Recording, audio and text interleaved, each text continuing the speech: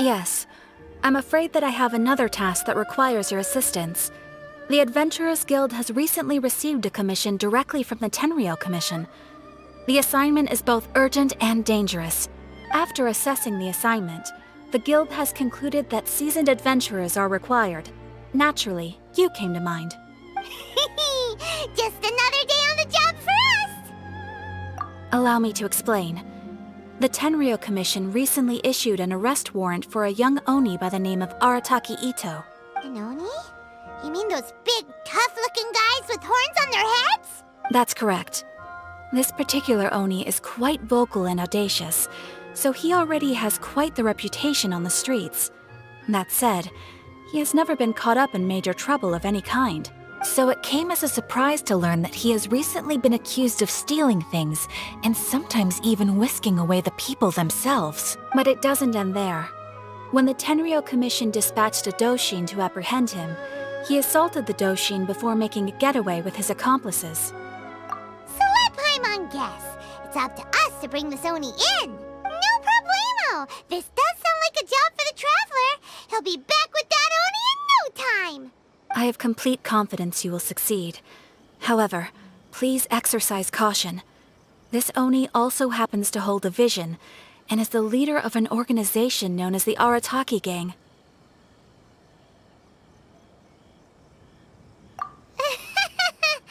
On second thought, Paimon will leave the fighting to you. The last place Paimon wants to be is in a gang fight. We are still investigating Arataki Ito's potential motives behind these incidents, as well as his current whereabouts. But please ask around in the streets as well. There will likely be others more familiar with Ito's circumstances than I am, who can provide you with useful information. Thank you. I will await your return. Ad Astra Avisask.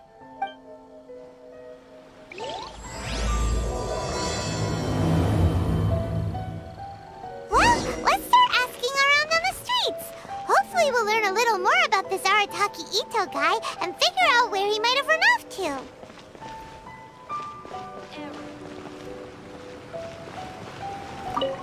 Arataki Ito? Yeah, I've heard of the guy. Word is he did something monumentally stupid, then ran off before they could catch him. And to be completely honest, I was a little surprised when I first heard it. Okay, well, I mean, not that surprised. Wait, you mean he already had a bad reputation? No, not exactly. He's just very overbearing in everything he does. Big and brash and always making a ruckus. So, on the one hand, he's a larger-than-life kind of guy. But on the other hand, he's emotionally volatile. When he's in a good mood, he's as high as a kite. But when he gets upset, he gets completely enraged. I don't personally see him as a bad guy, but I guess I wouldn't put it past him to get all riled up and lose control.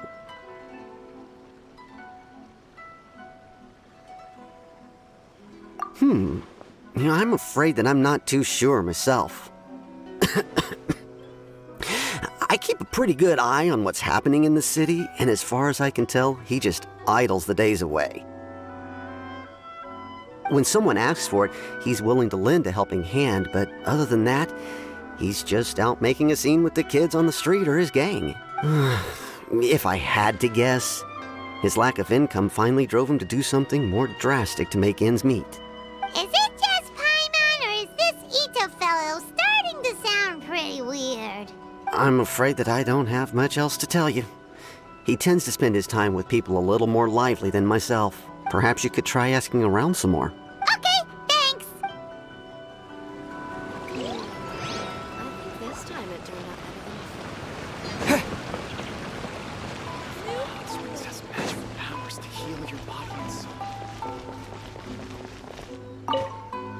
Arataki Ito? Oh yeah. I heard about that whole thing. I'm sure it must have been a mix-up on the Tenryou Commission's end. He could never do anything so dastardly. Huh? How can you be so sure? Is he really as trustworthy as all that? No, perhaps you misunderstand me.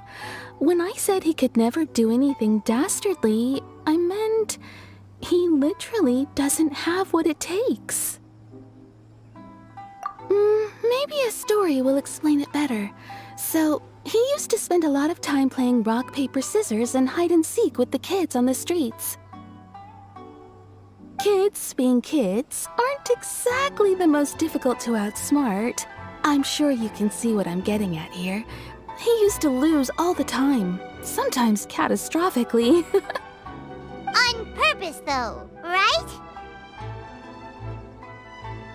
No, not at all. The one time I saw him win, he started jumping around and yelling, "I won! I finally won! I'm unbeatable!" And so on. Then he took the kid's candy as his prize and ate it right there in front of him. Ugh, that's just plain wrong. He did take it way too far that time. The poor kid started crying, so I stepped in and gave Ito a scolding. He was pretty quick to admit that he was fully in the wrong, and it wasn't long before the kid had stopped crying and was laughing and playing again as if nothing had ever happened. In fact, the children quite like playing with him because he's always serious about the stakes and never throws a game on purpose. So, I suppose what I'm trying to say is a guy who can't even beat kids at a children's game really gonna be capable of these kinds of diabolical deeds? Huh. He doesn't sound like a bad guy at all. In fact, he kind of sounds like a man of integrity. Yes, my thoughts exactly. Still, the Tenryou Commission's evidence against him is supposed to be irrefutable. So, I'm not trying to condone his actions or anything. If he really has messed up big time, then he should face the consequences just like anyone else. Thanks for the info. We'll keep asking around.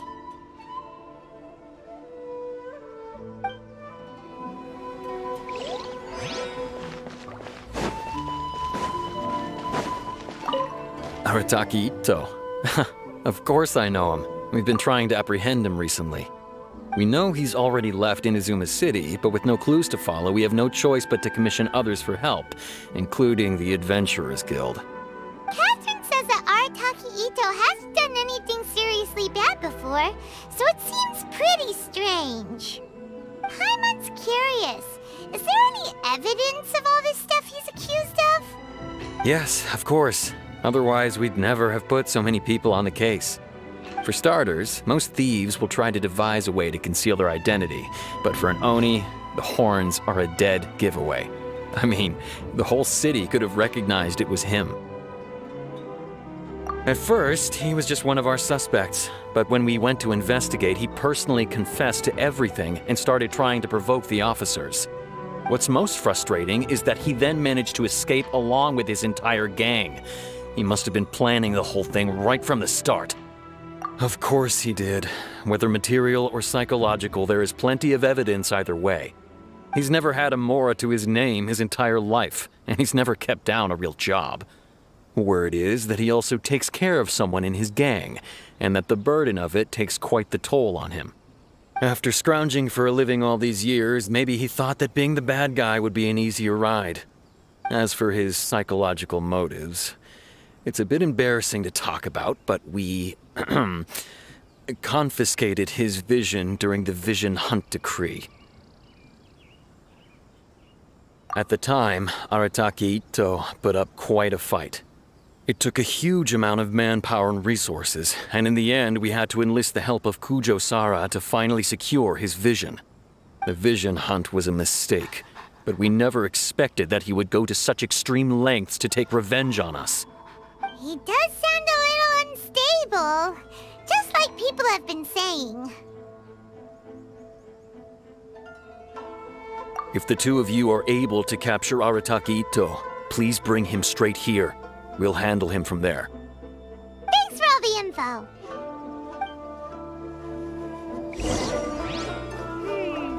Too bad we still don't know where he could have run off to. We already got word on the street, so maybe it's time to talk to a real specialist. We really run out of exciting cases. Paimon remembers that there's a detective agency here in Inazuma. Maybe we can try asking there.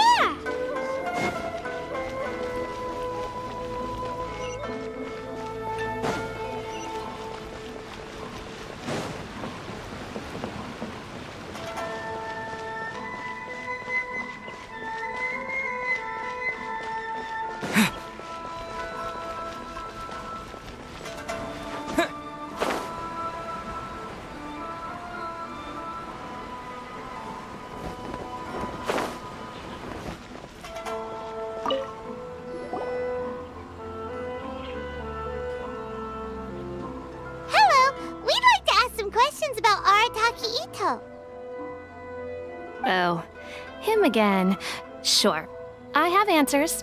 We've already done some investigating for the Tenryou Commission. But first, do you have enough Moro to cover the fee? I've heard all about your travels. After everything you've been through, I'm sure you understand the way these sorts of things work. How much more are we talking about here? A one-off payment of 397,000 Mora, up front. Plus a further 5% of your Adventures Guild remuneration as my commission, if Arataki Ito is successfully caught and brought to justice. Whoa! That's crazy expensive! How did you even come up with the price that high? Hold on. I wasn't finished. It just so happens the initial fee has already been paid in full by the Tenryou Commission. All you'll need to pay is the small commission fee. And, as for that amount, I'll settle things with the Adventures Guild once we have Ito. So, from the way I see it, you guys are getting a pretty nice deal. Now then, to give you the full picture in this case, we must first recount a well-known Inazuman fairy tale.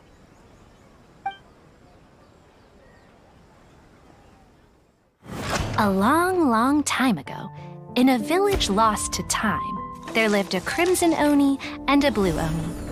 They were the best of friends. The crimson Oni looked fierce, but was gentle like the humans. The blue Oni looked human, but was reclusive, like an Oni. The crimson Oni wished to befriend the humans, but they were scared and threw beans at him whenever he came near.